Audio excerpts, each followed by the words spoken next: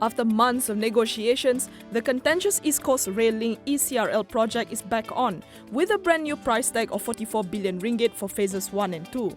That's a major cut of 33% or 21.5 billion ringgit from the original bill of 65.5 billion ringgit.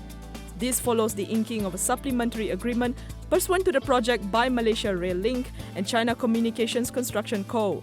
According to Special Envoy to the PM Tun Daim Zainuddin, the ECRL will maintain its double-tracking model, but it will be 40 kilometers shorter than the original length of 688 kilometers, with the stop at Gombak in Selangor removed. Separately, a source says the rail link, which was initially meant to stretch from Kelantan to Port Klang, will also be realigned to pass through Negeri Sembilan. The contract was shelved momentarily following the change in government last year. PM Tun Dr. Mahathir Mohamad will reveal further details of the deal next Monday, April 15. Malaysia Airports Holdings Berhad's tenure to operate KLIA and KLIA-2 and 38 other Malaysian airports has been extended by another 35 years to February 11, 2069.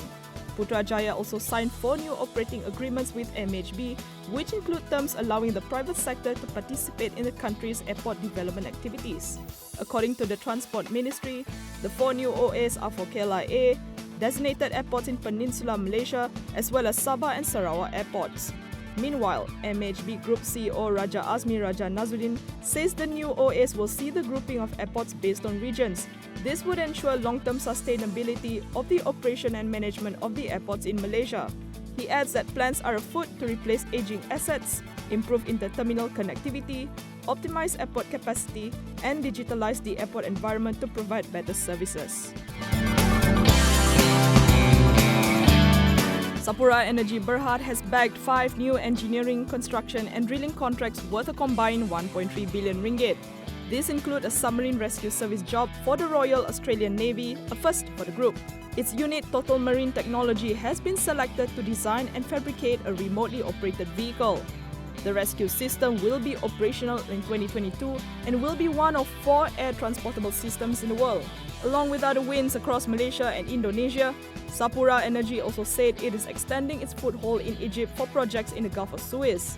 The group says that its unit Sapura Offshore clinched a subcontract from Alexandria-based Pan Marine Petroleum Services Company to install 6 new subsea pipelines for Egypt's national oil company, Gulf of Suez Petroleum Company. AirAsia Chairman Datuk Kamarudin Meranun is paying a 3.64 million ringgit settlement to the Securities Commission for insider trading of Malaysia Airlines shares in August 2011. According to the SC, Kamarudin had on April 2nd agreed without admitting or denying liability to settle the claim that the Commission was proposing to institute against him for acquiring 5.66 million shares in a national carrier. It said the shares were acquired through the account of Noor Ashikin Khamis and Malizan Mahmud whilst in possession of inside information. The SC said the amount paid by Kamarudin is 3 times the difference between the price at which the shares were acquired and the price at which the shares would have been likely to have been bought at the time of acquisition if the information had been generally available.